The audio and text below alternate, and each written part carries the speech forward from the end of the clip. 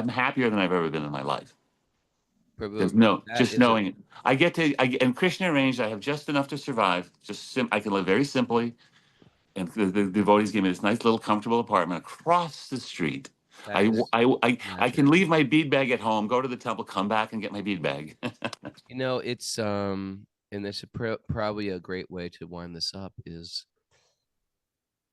no matter what happens within our life. And sometimes you've been dealt a lot of very tough situations in your life. And even within the last few years, your own physical health, you went through a crazy health reversal besides the cancer. And then you went, and then you had to bury your mother and your father, and who were part of inimical, not only inimical, but caused you so much pain. And then you have to face off with, I have to love these people that are unlovable. And and I think Krishna saw that devotion, and he's put you in this very beautiful, safe place. And whenever you add Krishna, no matter what you're going through, it becomes very auspicious. You're in a very auspicious place. Some people have very fortunate lives, but they've never added Krishna. Mm-hmm. And because of it, what does their final chapters look like? And so I'm really happy to see you and reconnect with you. I don't feel poor Yasso. I feel like thank you. I feel the opposite. I was like, he did it. Om Namo Bhagavate Vasudevaya. Om Namo Bhagavate Vasudevaya. Om Namo Bhagavate Vasudevaya.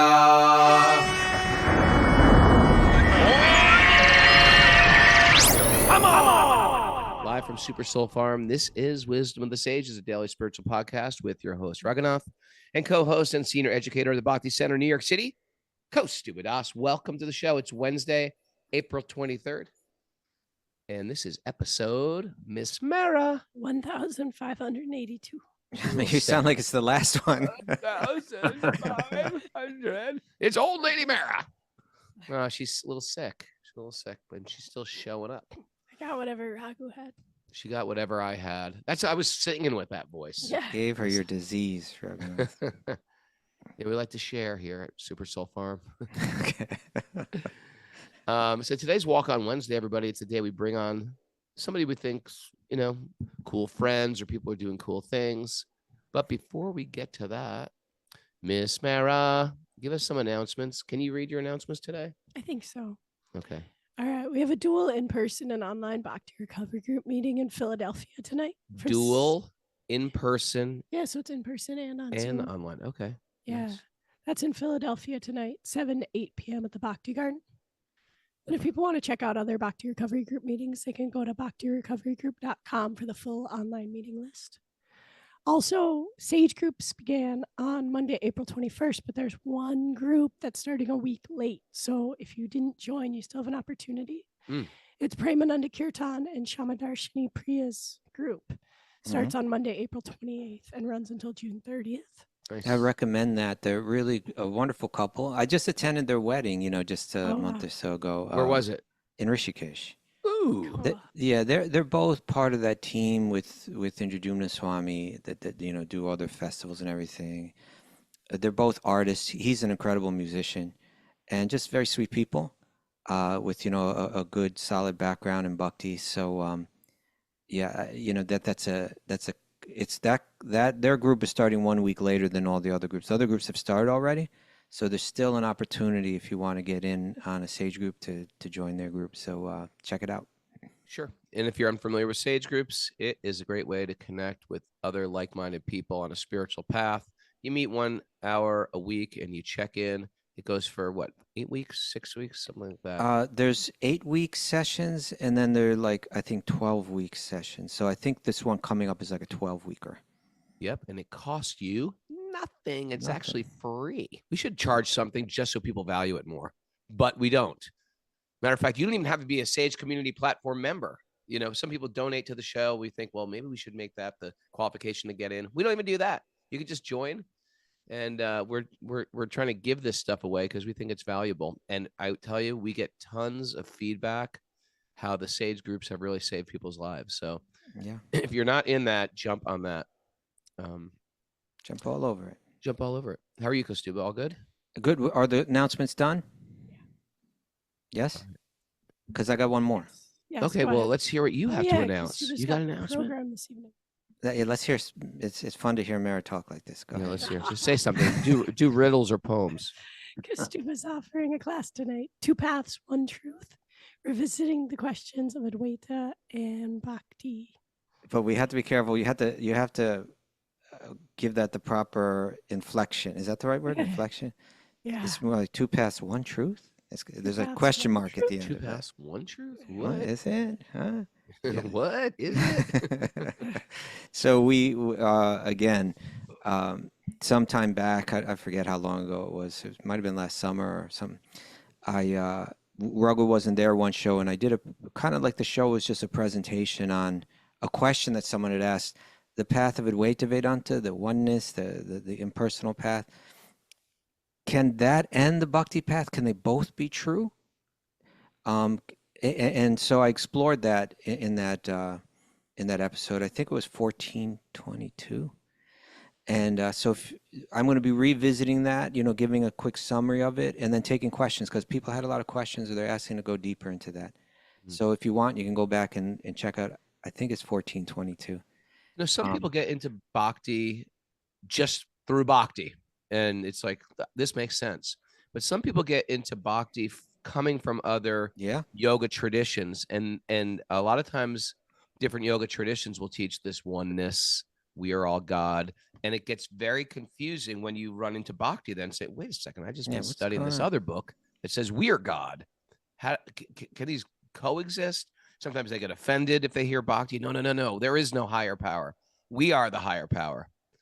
Anyway. Yeah. Right. So yeah, they're real important questions. So if you want to go back, it is episode 1422 if you want to listen to that ahead of time. Otherwise, just tune in 6:30 tonight. This is for members of the Sage Community Platform, right? Just go there and you'll see the information for how to get there. There's a meeting you join and all of that. Okay. Well, I'm going to bring on our guest, Yasso Nandana, also known as Yasso. Yasso, also known as John Thornton. And he's been a friend of mine since basically 89. my band. Yeah, I think it was. He's been my friend longer than Raghunath, because I think we probably go back to a little bit further back. Probably because I met him when I started in Potomac, and we needed a bass player, and he was married, living in the temple, and he played the bass. He was not really familiar with hardcore, but we kidnapped him. You indoctrinated him. And we took him on tour with Quicksand and Inside Out, and he was always he was a few years older than us, so for me, I was a pretty new devotee. To me, he was a senior devotee. He was probably like 3 years older than me, or 4. Actually, no, he joined like I think in 1979, right? Yeah. Yes. Yeah. 1979. So I'm 66. You're 66. Okay, so you had 8 years on me in age-wise, but I loved Yasso because he was a very thoughtful, deep devotee, and he was also a great artist and wordsmith. And so he would sit with me and help me. We would sit there for hours and write lyrics together and come up with good rhyming schemes, and we just laugh and enjoy each other's company so much. True. And welcome to the show, Yasso. Welcome, my dear old friend. So good to see you and to be on your show. Be on your show or any show for the first time. Yeah. All right. Yeah. Well, you've been a listener for a while, little while. Couple years. And our relationship has been on and off over the years in our travels and our different turns life has taken. It's been deep. It's always been deep, but we've had long periods of separation. Yeah. I was there for a lot of important events in your life, like your initiation. Yeah, that's right. I've always felt a deep, and I think sometimes when you meet a person and you connect in a spiritual path, and I think me and Kostuba are the same way. We've had very great depth in our short meetings, and then you don't see each other for 2 years, but you go right back to that depth, and that is the beautiful about spiritual relationships. You reconnect. Yeah, so Kaustubha Prabhu, I met our godbrother Kalachandji here at Kalachandji's restaurant last night, and I hadn't seen him in like 23 years, and it was, and being back in Dallas is overwhelming to reconnect with people after decades. Right. It Right, makes so- it part of what makes spiritual life so wonderful. So Yasso joined the Dallas temple, got initiated by Tamal Krishna Maharaj in the old days of 1979, right after Prabhupada left the planet. He dedicated himself to being a brahmachari. He was a builder and an artist by nature. He did a lot of the stained glass work in the Dallas temple. Not just the stained glass, the I whole said temple. he did a lot of that. Yeah. I said he did a lot of that. Okay. He did a lot of other stuff too. I didn't mention everything he did, Kaustubha. I didn't mention. All right, but I mean, lot if of you just stuff. say he did some of the stained glass, no, he built that temple, and the whole thing is like, Yeah, he did it all. he gave his energy and his heart and his life, and then as sometimes happens, you drift away from the devotees, you get caught up in the grihastha ashram, you get married, and I think, and I will say, and I don't think he'll mind me saying this, that before he was a devotee, we don't have to get into it at all, but he didn't have an easy life growing up. Yeah, He had a lot of trauma and pain in his life. Krishna consciousness was an oasis for his heart. And then I think there was some struggle afterwards, that sort of precious time when you were a brahmachari. There was some struggle afterwards. And I think with a lot of your pain, Yaso, you also you got a lot of realizations from that, and that's shared in your poetry, in your art, etc. And we're reconnecting now because I found out, you were dealt this, blow of, tell us what happened on New Year's Eve this year. Yeah, my oncologist had to see me immediately, and I was kind of sad because he had tears in his eyes, and he'd said he'd never actually seen my stats were about as bad as he'd ever seen. And I said, well, I know it's a terminal cancer diagnosis, isn't it? And he said, yeah. And I said, all right, so 5 years would be a good win, but really a couple of years is likely with if I can survive the treatment. So that was how I greeted this new year, with a new sense of my mortality and a clarity of purpose, where every moment has to now be very intense and absorbed in spiritual activity and gratitude and love. And the snake bird is out in the lobby tapping on the glass, speaking maybe in partial tongue. I know where you live. So I've got it's a nice warning. That's an analogy of Maharaj Parīkṣit dying because he was cursed to get bit by the snake bird. So he's saying, I'm just doing a translation. For people who I'm don't sorry, know the story. I forget about that. No, it's okay. A lot of people are very new to the to the Bhagavatam, yeah. But there's something in the story of the Bhagavatam is there was a curse to die in 7 days, and there's something of a gift when okay, now we all ultimately know we're going to die sometimes, but when sometimes a doctor comes in with this very serious, grave statement like, actually, this is the best you got. It's almost a clarion call, this wake up, this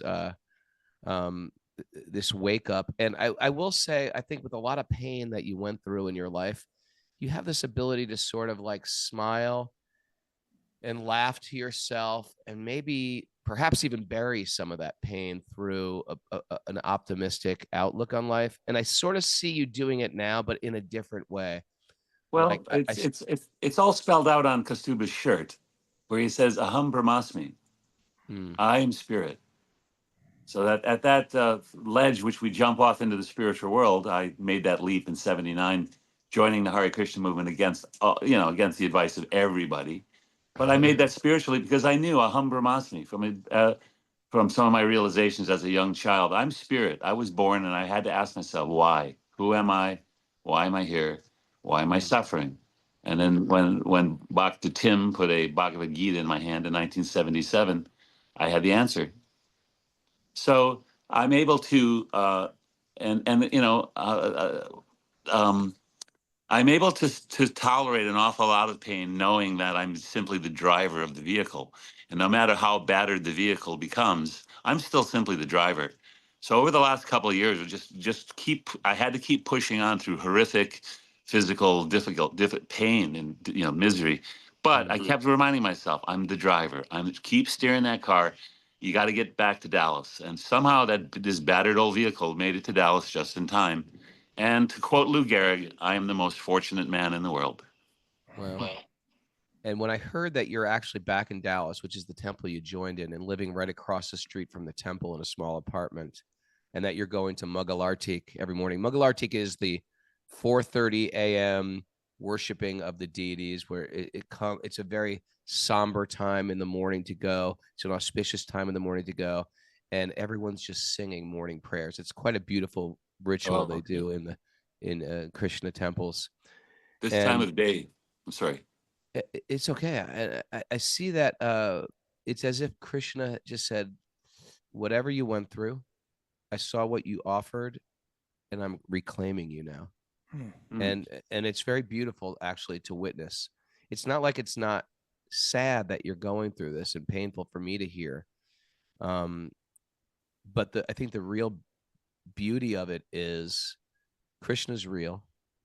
He's brought you back there, and he's maybe framed out so-called material sickness. Do you have some realizations about besides the idea of the vehicle, but realizations about that, how Krishna is taking care of you at this point in your life? Well, there's so many cycles now. I took care of my mother in her passing just this summer. In between a near fatal work accident and a fatal the prognosis, I also had to spend the summer in my childhood home, the house you previously mentioned. With a few ghosts floating around in there, and take care of my dying mother because my other siblings they couldn't handle it. So that was an order from my spiritual master. And my very first meeting was to not disturb my parents by becoming a Hare Krishna, and basically to look after them. So here we are 45 years later, and being able to force the situation into one where at the time of death, she was surrounded by people chanting, wearing beads. That was not easy. Really? It was not easy to pull off because 36 hours earlier, she was asking who these scary people in the room were. And I said, "Are they ugly?" This is a reference devotees will know. And she said, "Yeah, they're very ugly." So I pulled out all. Okay, let's just explain what you're talking about. Yeah, this is He was having visions of dying. Yes. And not going to a. This is perhaps the same parents who sort of like gave you a very traumatic relationship. Now you have to come back. You probably have to slay some of your own demons. Like, how am I supposed to deal with these people? Forgive them for these people who made my childhood very, very traumatic. That itself must have been difficult. And one of my siblings reached out, and I was supposedly there as a cult member, trying to steal his inheritance to give to my cult, quote unquote. That's what you're. Oh my God. One of the things I was dealing with this summer, on top of taking care of my mom. So yeah, so there it was, and she fought. She wouldn't let me chant in the house. I turned on Genevieve Harrison one time. I'm like, she's got to like this. She said, turn that off. I don't like that song. So I went to the Shore Lake, Michigan every day, chanted my rounds, and I went back to that house and took care of her. And so that was just one of many things now where I realize the order of the spiritual master contains everything, and if you just follow this process, somehow it all comes back around. It all makes sense in the end. Did it help her as she was leaving? Did you notice anything? Yeah, she left peacefully. It was a beautiful morning. There were other there's another really this was what was happening, was these bizarre Krishna magic moments. And my family was watching this, and they were going, what the hell is this guy doing? Magical things are happening. Yeah. So that's why my sister, who was going to watch this show later, my sister Kit in Wisconsin, she watches the morning program every day now in Dallas. She's like, wow, what is this religion? It's so amazing. It's so beautiful. This is what you've been doing, John, for 48 years? And now she's and she's an atheist, but she loves Krishna culture now. She watches through this internet camera. She watches the Dallas morning program. It's Dallas. She just commented on my Mangal Arts. She said, John, that was so beautiful. It is beautiful. It's amazing. It's actually very beautiful to wake up early and sing songs with like-minded people. All I ever wanted to do was make art and music, and I'm just I'm the happiest guy. I'm happier than I've ever been in my life. There's knowing it. And Krishna arranged. I have just enough to survive. I can live very simply, and the devotees gave me this nice little comfortable apartment across the street. I can leave my bead bag at home, go to the temple, come back and get my bead bag. It's and this is probably a great way to wind this up is no matter what happens within our life, and sometimes we have, you've been dealt a lot of very tough situations in your life. And even within the last few years, your own physical health, you went through a crazy health reversal besides the cancer. And then you went, and then you had to bury your mother and your father, and who were part of inimical, not only inimical, but caused you so much pain. And then you have to face off with, I have to love these people that are unlovable. And and I think Krishna saw that devotion, and he's put you in this very beautiful, safe place. And whenever you add Krishna, no matter what you're going through, it becomes very auspicious. You're in a very auspicious place. Some people have very fortunate lives, but they've never added Krishna. Mm-hmm. And because of it, what does their final chapters look like? And so I'm really happy to see you and reconnect with you. I don't feel poor Yasso. I feel like, thank you. I feel the opposite. I was like, he did it. Right. That's what I want. You guys should be envious. I am super envious. You should be so lucky. Don't ask for the special mercy. Well, a man did that to Prabhupada. Prabhupada said, "Oh, you want the special mercy? Krishna takes everything away." No, I don't want that, Prabhupada. Well, you are getting the special mercy, and you've touched my heart yet again, Prabhu. I'm so happy you're in my life, and if you need anything from me, I really mean that. I'm your friend, and I'm a good friend. I can be a good friend. You let me know if you need anything. 2 things. Sure. Always be my friend, and forgive me for my offenses. Hare Krishna. Hare Bol. Thank you, Prabhu. Thanks for joining us. Hare Krishna. Oh man, Yasso, love this man. Whew. His in just hearing what he had to say just reminds me of several things. One is in the Bhagavad Gita where it speaks about, when you get these deeper spiritual experiences, you get to this point where in the 6th chapter of Bhagavad Gita, it says, establish thus one never departs from the truth. Mm-hmm. And upon gaining this, they think there's no greater gain. To be able to say, I've got this terminal cancer, and to be able to say, I'm the luckiest guy in the world, It's just such a better way to frame out existence. And it continues, being situated in such a position one is never shaken, even in the midst of the greatest difficulty. This is where these practices and this devotion is, leads to.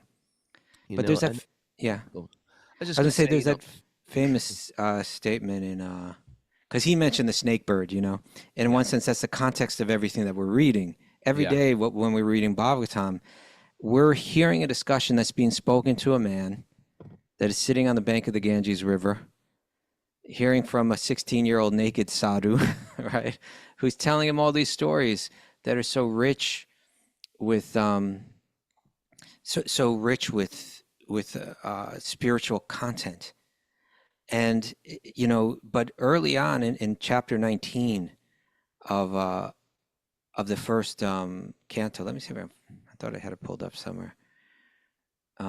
There's a statement where that it's King Maharaj Parīkṣit who's he's terminal, right? He knows he's going to die in 7 days, and he knows how it's going to come. He knows that he's received this curse from a very powerful young Brahmana, that he's going to get bitten by this flying snake, and that's what happens at the end of the Bhagavatam. He gets bit, and spoiler alert. Yeah, there's the end of the book, the 18,000 verses, and his whole his whole body like goes up in flames. But it's such a Bhagavatam's so important because the speaker is so qualified. The naked sadhu, Shukadev Goswami, is entirely otherworldly and the deepest of speakers. And he's qualified because, throughout the Puranas, you're going to hear different people speak. And they're speaking on so many different, they want different things. They may not be so detached or so spiritually advanced. But Maharaj Parīkṣit, he was about to die. And he was like, no problem. He walked away from his king. He didn't try to fight it. He walked away from everything that he had easily because he had deep spiritual understanding. And then when he gets to the bank of the river and he's surrounded by that group of sages, he's like, I'm just going to spend my last days here with these people, right? In this holy place with these people, which is exactly what Yasso's done, you know? He goes back to Taoism, a temple that under the guidance of his guru, he practically built the most beautiful temple in America. I mean, it's so nice, right? Mm. And this is what Maharaj Parīkṣit said when he got there. He said, "Oh Brahmanas, just accept me as a completely surrendered soul, and let Mother Ganges, the representative of the Lord, also accept me in that way. For I have already taken the lotus feet of the Lord into my heart. Let the snake bird or whatever magical thing the Brahmana created bite me at once. I only desire that you all continue singing the deeds of Lord Vishnu." Mm. Right? It's like we're reading about someone with that attitude 5,000 years ago, and now we're seeing it in our own friend, you know, who's, you know, been blessed by reading these books and by serving his guru and serving the devotees in our modern day Bhakti community, stuck out in the middle of Dallas, Texas, of all places, you know. And the process works, and you can see the process has brought him to this kind of point, to this kind of consciousness where I can face death. I can not only face it fearlessly, I can face it with joy in my heart, and I can have a humility and a spiritual focus where I'm like, I don't care about, I'm not lamenting. Don't feel sorry for me. I'm staying focused here, and I'm happy this way. I'm going to keep my mind on God. When you're creating a culture and a mindset that, culture is trying to sell us stuff we already have, but an upgraded version of our car, of our television set, or a home theater, of our property, of our home that we live in. It's all sort of an extension of me, of my occupation, of getting a raise and getting a promotion, of my spouse. These are my kids. This kid is on the honor roll. This kid's, become this in this world. We extend that sense of self to other people, places, and things of this world that give us ego identity. And then when we lose those things, our world is devastated, because I am my stuff. I am my family. I am my home. And that's what I've been cultivating. And to the degree that my son is successful, my daughter's successful, and their marriage is good, and my home is great, and my wealth is great, then I feel like I'm secure in this world. And when something gets thrown at you like this, some intense sinkhole on your pleasure cruise, and there's a sinkhole, you just think, I am losing everything. But when you've cultivated that nothing here is mine, yeah, everything here has been on loan to me, and even this family, we are walking towards light, towards truth, towards love. Even these things that I cherish, they're still not mine, even my very own body. And that's the mindset. Then it's like the Bhagavad Gita verse, which I've always thought was the most callous, like stone-hearted verse ever. I was like, how could they say anything like this? I read that verse in the Bhagavad Gita that says, for the wise does not lament for the living nor the dead. Right. I was like, really? You don't walk into a children's hospital and say, this is horrible. You don't see a guy who's getting pushed around in a wheelchair saying, this is horrible. You don't lament. What is the matter with it? Are we trying to create a bunch of robot zombie humans that have no emotional feelings? But here I can see, talking to Yasso, me doing this practice, not advanced on this practice, but doing it, and him, maybe not perfectly advanced on this practice, but doing it. And he's speaking in his finality, and he's speaking it with such clarity. Yeah. And I'm happy for him. Yeah. We're not lamenting. We're not crying. And I was like, oh, that's what this verse means. Yeah. We're not lamenting for the living. We're not lamenting for the dead. This is just, we're adding Krishna. The magic wand has touched him in the head. And we're actually rejoicing this as the win, not as the ace of spades. Right. Look, the process worked for you. Your spiritual practices, the fruit, it's bearing fruit now. Right when you need it most, It's beautiful. And sometimes, maybe if not all the time, Krishna brings us to our knees where there is no other shelter but he. Oh, Krishna, if this is what you want, I am yours. And it's actually the most beautiful and romantic when Krishna calls us like that. So happy. Chapu has shared a very appropriate verse. Chapu? Yeah. Please read. This is Śrīmad Bhāgavatam 3:32-6. By executing one's occupational duties, one's dharma, acting with detachment, and without a sense of proprietorship or false egoism, one is posted in one's constitutional position by dint of complete purification of consciousness, and thus executing so-called material duties.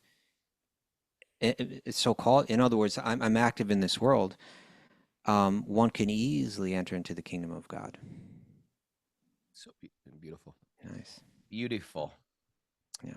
All right, let's dive into the Bhagavatam. I feel like we're completely warmed up after that. Okay. This is his life right now is the Bhagavatam. There you go. He's Maharaj Parīkṣit sitting there waiting. Yeah. And I'm sure so many more, it accelerates pure devotional service, this type of death knell, it accelerates you having to face off with these demons that are going to come up. These demons of like, this is mine, this ego is mine, this body is mine, this face is mine. All these things that we don't even realize how attached we are to them. It comes up and Krishna's given us this valuable information, how to slay these demons that are approaching us. I can't imagine what it must be like to go back and take care, go to your family house. For a lot of people, going home for the holidays is a very, very difficult thing to do because it's mixed with a lot of really weird emotions. Sometimes when you say dad, that word alone, that is not like an empty statement. There's a lot of meaning tied with dad. It could be love. It could be affection. It could be a lot of slaps in the face. So these things are big. To go back to the family of origin and have to be with those people. And here you have some siblings who are even questioning your integrity. It's like, oh my God, he must have to face off with a lot of. Yeah. It's interesting how Krishna can put you in a position where you have to untie whatever knots were there in your life before you go, Sure. And I have a deep affection for Yasso. We're God brothers. We go way back, and I can remember distinctly how he had a place in my guru's heart. Yeah. And I'll say this, and I mean this in not in any way demeaning way, but there are devotees that are more learned than Yasso. There are devotees that are more austere. Let's kick him while he's down. There are devotees. What else? There's devotees who are more self-controlled than Yasso. Chant more rounds than Yasso.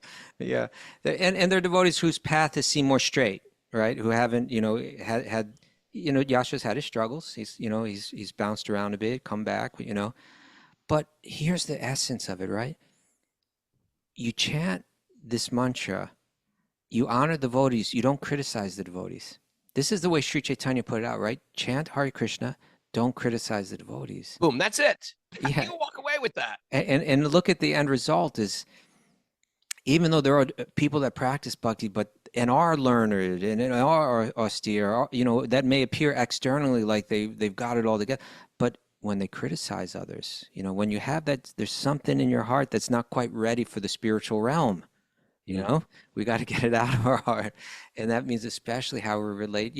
Imagine you're in the spiritual realm and someone pops in there and they're just criticizing everyone. You're like, what's going on here? Sure. No, you got to let all that go before you get in. And he let that go a long time ago, so he's got that a certain purity and a certain simplicity that gets right to the essence of the devotional heart. And so that's where we need to keep our focus, right? Take up these practices with sincerity and let go of all the animosity and the resentment and the criticism, especially in the realm of Krishna's devotees. And the fruits of the practice will ripen. Yeah, so beautiful. So beautiful. I'm so happy to have him. All right, so let's dive into Śrīmad Bhāgavatam. That was a really nice extension of the Bhagavatam in real time. Okay. Narayanam namaskritya naram chaiva narottamam devim saraswatim vyasam tato jayam udiraya. Before we start the Śrīmad Bhāgavatam, which is our very means of conquest, But we must first offer obeisances to the Supreme Lord Narayan, and to Narayan Rishi, the supermost human being, to Mother Saraswati, the goddess of learning, and to Srila Vyasadeva, the author.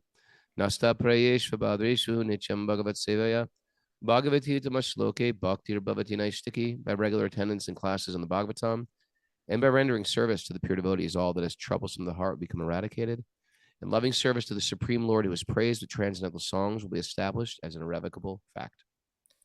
Om Jnanatamurandasya Jnananjana Shalakaya Chakshurinmilitam Yena Tasmai Shri Gurave Namaha.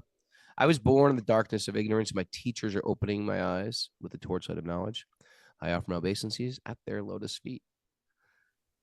Reading from the Śrīmad Bhāgavatam, Canto 9, Chapter 10, Text 25. No, I think it's 34. 34. Okay, but, you know.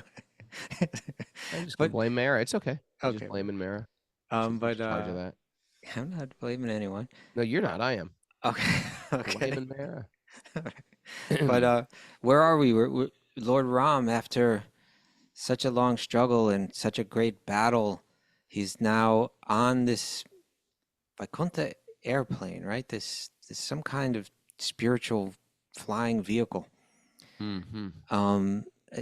And he's got Sita, and he's got Lakshman, and Hanuman's on the plane, and a few others, and they're coming down into back to Aayoga, which he left 14 years ago.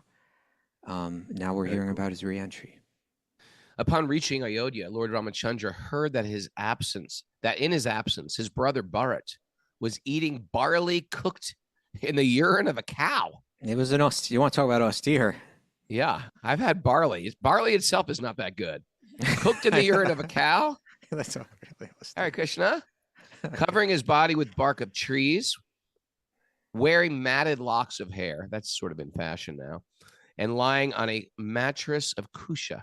It's a sacred grass. Mm-hmm. So, but it's tough. It's not a posture. No, he wasn't. He was a king. He could have been lying on a very opulent, soft bed. Right? Could have been eating whatever he wanted. Yeah. He didn't. He could wear the finest clothes, but here he is. He is performing penance in honor of his brother. Look at these two brothers, right? Like Ram was unfairly, unreasonably banished from the kingdom. He was on the eve of his being crowned the king. Sure. Right, where you get all power, all fame, all opulence, all all that was about to be handed to him, and then the rug gets pulled out from under you in a sense. No, you're banished to the forest for 14 years. He accepts it completely. And he's happy that his younger brother Bharat take the role of king. Bharat comes out to see him and comes out to the forest and says, "What's going on? No, you come back. I'll stay out in the forest. You go back." He has such love for him, such respect for him. And Ram convinces him, "No, I've been asked to do this. I'm going to do it. You go back and be the king." And Bharat, we're hearing about his austere life, right? He's wearing the bark of a tree. This just like this crudest of all kind of clothes. He's sleeping essentially on the ground, just on some grass. He could be enjoying all kind of opulent foods. No, for 14 years, right? I'm just going to eat barley cooked in cow urine, So like it's two things. One, he's demonstrating, I have no desire to enjoy the opulences of kingly life without Ram here. I didn't want this position so that I can enjoy. I got stuck in this position, and I can't. I will not feel comfortable until he comes back. I'm going to go out of my way, to suffer a little because I know he's going through hell. Yeah, and so these austerities aren't the austerities of a hardened impersonalist. These are austerities that are being performed out of his love for Ram, and that's I think we'll read about next how the shoes of Ram become his meditative focus, right? Yeah, I'll worship on your behalf, but your shoes are going to be on the throne. Your shoes are actually the king, and I'll do the responsibility. I'll take up the responsibility, but I want none of the honor, none of the. I want none of the honor, none of the opulence, none of that. It's a Vedic thing. Like the feet are like considered gross, and therefore your shoes are even grosser. And so like they have this thing in India, like you hold someone's shoes or it's like such a lowly position. And he's saying, I will worship your shoes. Your shoes are like the king, and that will represent you. And I'm just a servant here. Okay. Upon reaching Ayodhya, Lord Ramachandra heard. What? That's what we just read, right? Or did you read the whole thing? Maybe we didn't read the whole thing. You tell me. Yeah, I read it. Okay. Text 35 and Lord 38. Bharat understood that Lord Ramachandra was returning to the capital Ayodhya. He immediately took upon his own head Lord Ramachandra's wooden shoes and came out from his camp at Nandagram. Lord Bharat was accompanied by ministers, priests, and other respectable citizens, by professional musicians, vibrating, pleasing musical sounds, and by learning brahmanas loudly chanting Vedic hymns. Following in the procession were chariots drawn by beautiful horses with harnesses of gold rope. These chariots were decorated by flags with golden embroidery and by other flags of various sizes and patterns. There were soldiers bedecked with golden armor, servants bearing betel nut, and many well-known and beautiful prostitutes. Everybody's coming. Even the well-known prostitutes. Many servants followed on foot, bearing an umbrella, whisks, different grades of precious jewels, and other paraphernalias befitting royal reception. All the pageantry for Ram. Right? Accompanied in this way, Lord Bharat, his heart softened in ecstasy and his eyes full of tears, approached Lord Ramachandra and fell at his lotus feet with great ecstatic love. Yeah. You know, imagine that scene. Oh God. And just that mention that his heart is softened with ecstatic emotion. You know, this is how bhakti is defined. Right? The heart becomes soft, right? And therefore you can feel these very special spiritual emotions. And you know, I again, just looking at both brothers, either the way that they both responded, there's just so much to learn about life in. And when Radha Swami, you know, on the appearance of Lord Ram, which was a couple of weeks ago, and he spoke at the Bhakti Center for four and a half hours. Right? He just couldn't. And he could have kept on going. He could have kept on going. And when he described this scene, when Ram is coming back to Ayodhya, he sent someone, I forget who it was, but he sent someone to go in and look in on Bharat. I think he sent someone to give the news to Bharat that Ram is on his way. He's almost here. And he's coming right now. And he asked that person to share that news. And then I want you to look deep into his face. And I want you to come back and report to me whether you saw even the slightest, you know, if you see in him even the slightest, like, in other words, he could be entirely happy that Ram is coming back, or there might be like, something in him. Ram's back. Yeah, Ram's back. There goes all the Kurd subji. I'm not the king anymore. Yeah. And now Ram, you know, my status goes down. If you see in him any kind of hesitation for of happiness for my return, let me know. And then he described in detail how when he shared that news, how the face of Bharat lightened up and the ecstasy that he was experiencing. He came back and reported, no, there's not even the slightest trace. But just see, again, the hearts of both, right? One is about to lose the position of king. He doesn't care. He wants to see Completely non-envious. Yeah, yeah. And then Ram, just like, I have no desire. Yeah. I have no desire to in any way upset things.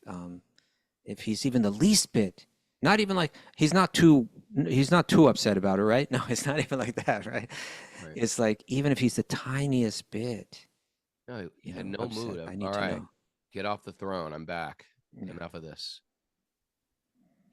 Like when my dad would come home and you'd be sitting. My dad had a chair. Yeah, all dads had chairs. Just didn't back in the sit day, right? in. I don't have a chair. I don't have a chair. I raised 5 kids. I don't have a chair. My dad had a chair. We didn't sit in it. If you did, it was like, get out of my chair. That was the way it was. That's the way it was. That was the dad's chair. Yeah. He had even at this dinner table, he had his own chair. It was like a unique chair that was exclusively his. Yeah. I don't have a chair. Ram wasn't like that. Get out of my chair. Get out of my chair. It's been 14 years. I've been living in the forest. Get out of my chair. All right. Okay, 39 and 40.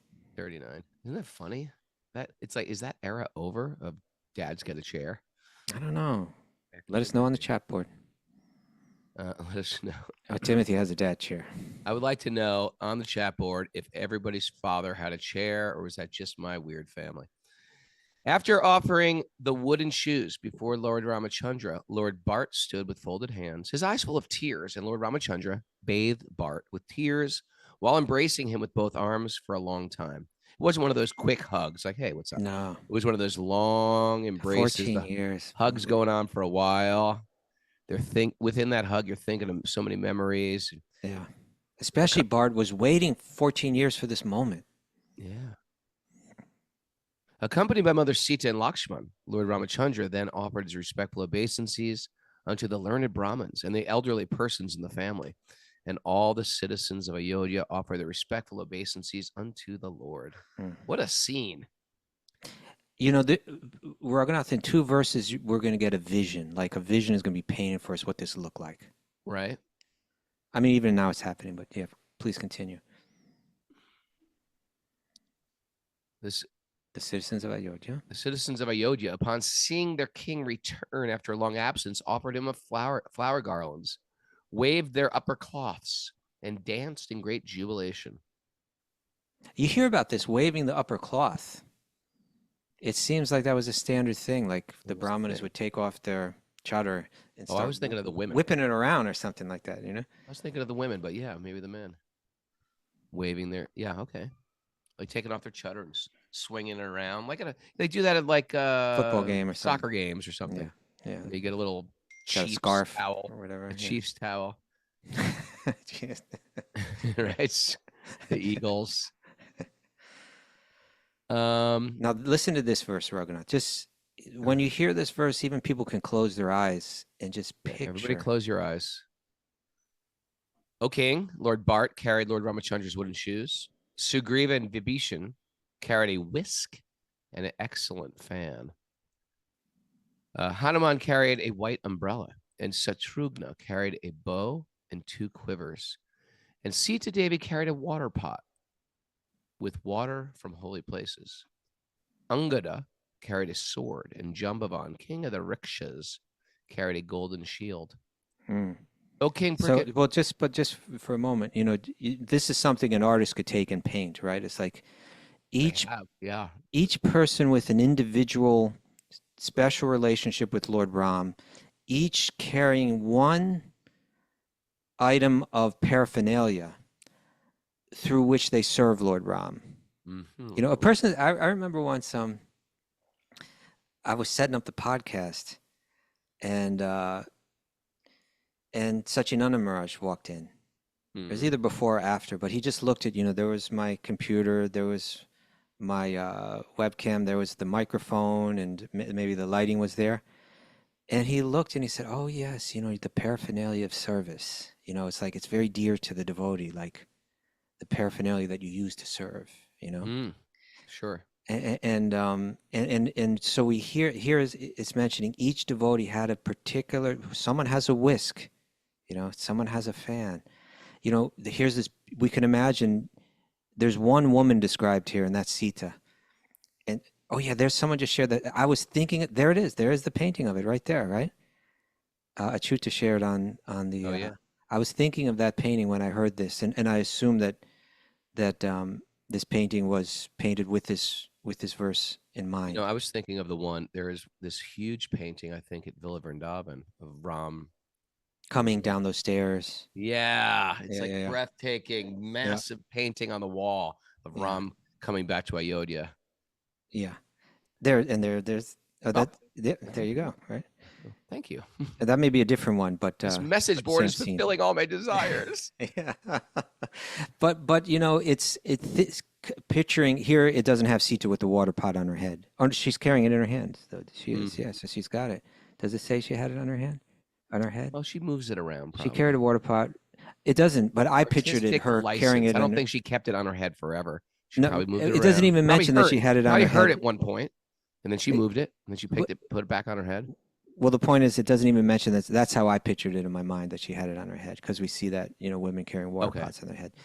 But yeah, what a beautiful vision. You know, this is what the eyes need to see. This is what the memory needs to return to, what the heart needs to relish. Here's an image, you know, a beautiful image of everything's there, right? The root of all existence, Lord Ram, look at him, he's framed with expressions of love that he reciprocates with. This is existence right here, you know. Truthfully, this is art that sort of warms your heart and brings up emotion. Sometimes I see this art. Well, look at this art. It was just went for $40,000. It's like paint splashed everywhere, a dark face. I was like, this is art. $40,000 for this? It's just like it's like some idea of what it's worth within a scene of what's cool. This is art. It touches your heart. You think, oh my Lord, the art is bringing you to a higher place, a place exactly. of reconciliation for the soul. Like, come into my life, my Lord. Every consideration, the paint you see, it's framed with this archway, right? They're standing in this archway with steps going up that are with flower petals sprinkled on them. It creates a focus. It creates a mental kind of focus. I remember once hearing Bhakti Tirtha Swami giving a class in Mayapur. Yeah. And he was talking about like some forms of modern art, and he's like, art, they call this art. You know, like, he's talking about sometimes you see these statues, like these weird modern statues. Well, I was just talking about I was telling Sammy, our drummer, that Keith Haring, the famous Subway artist. Yeah. He did the famous "Crack is Whack" and used to paint in the subways. It was just sort of outline figures. He was a graffiti artist, essentially. Graffiti artist who became very famous, and he did a refrigerator at the club we used to hang out in Connecticut at the Anthrax, because it was an art gallery and a club. Probably worth a fortune now. Yeah, my friend was like, that refrigerator that he painted must be, and it was like an old 1950s refrigerator, must be worth millions. And I was thinking, Keith artist, cool guy. But it's like, that is art. I mean, it's almost like putting worth on the dollar when there's no gold behind the dollar. We are just giving it worth. It's an idea of its worth. Right. And this is what we do. Everything is subjective. But this is actually, this painting that you put up on the board is like, it's touching your heart. It's bringing you to a particular place. Now, someone can argue, well, no, Keith Haring's art did that for me. It did not. It did not. So I'm going to say no. We've all fabricated that. There's like outlines. I could train a talented chimp to do it. But there's another painting there in Villa Vrindavan that this painting reminds me of, and it's Sita, and on one side of her is Ram, and on one side of her is Lakshman, and both Ram and Lakshman are holding these tall bows, right? Yeah. And so just like, the composition of it, she's framed, this, what is she, right? She is the personification of divine love. And then she's protected on either side by these powerful, forms, male forms of the divine, each carrying a big, powerful bow, which just, visually frames her perfectly, And I said, that's a meditation right there, right? That's it. And this painting is similar. So look at who's carrying the umbrella, Hanuman. So there's Hanuman, at his feet, holding that umbrella. I mean, I would think maybe he's just holding it until he starts to walk, and then he lifts the umbrella and puts it above him. But just I'm excited for Italy, seeing all these pictures going up from this is what art can do for you. It can be a meditation. It can reshape your mind. It will reshape your mind. It's just a question of how it will be reshaped, and some of this art just is, a lot of the art nowadays, they just want to be moved. It's just like intoxication, right? It's like a lot of times people do intoxication just to change the reality. Right? Yeah. Even the experience is not exactly beautiful or pleasant, but it just needs to be something. I need to feel alive. I need something to shift. Shift me out. Yasso wrote on the message board, a culture is defined by its art. Yeah. So, but my point is that a lot of times the art actually doesn't make you feel good. It's just you feel it's great if it just makes you feel different. Right. This kind of art is art that's meant to bring you back to your original awareness, to your original state of consciousness, which is beautiful and ultimately very blissful. All right. Ooh, it's 58. Good show. Yeah, it's a good show. You ready for some takeaways? Yes, man. Yeah, So squeaky. took your voice away. Squeaky Mataji. Squeaky frog. The snake bird of death is in the lobby, tapping at the glass. The snake bird of death is in the lobby, tapping in the glass. Oh, I'm sorry. Just gonna That was make fun of mean. you. No, I was mean. There you go. Try. We're the driver of the vehicle, no matter how battered it is. We're the driver of the vehicle, no matter how battered it is. Oh, thank you, Yasso. Another good Yasso takeaway. The real beauty is watching Krishna reclaim his devotees. It's very beautiful. Someone put Keith Haring picture on the board. We need deep spiritual understanding to walk away from everything gracefully. Yes, we do. Add Krishna and rejoice when he brings us to our knees. Okay, rejoice. Beautiful. The death knell accelerates pure devotional service. The death knell. I love it. That's a good shirt. The death knell accelerates pure devotional service. Chant Hare Krishna and don't criticize devotees. Boom. That's it. That's the secret formula. Bhakti is defined by a soft heart. Yeah. Let art warm our heart and focus our mind. Let art warm the heart, Raghunath. Art warms the heart. Krishna art warms the heart. And And Ram didn't make Bart get out of his chair. That's right. He got out of it on his own. wow. Actually, Hey, Bart wouldn't even sit in his chair. No. Hey, I really want to thank Yasso for coming for our walk on Wednesday today. I love you, Yasso. Our prayer, our love go out to you. And I want to thank everybody for joining us live on Zoom. If you want to join us live on Zoom, hit up Miss Mara for the secret codes. Or go to wisdomofthesages.com and you can get the codes. You get the secret codes to get on live there. And tonight, 6:30 Eastern, Sage Community Platform. Don't forget, Mr. Kastuba, tonight, Sage Community members, this is a community-supported podcast.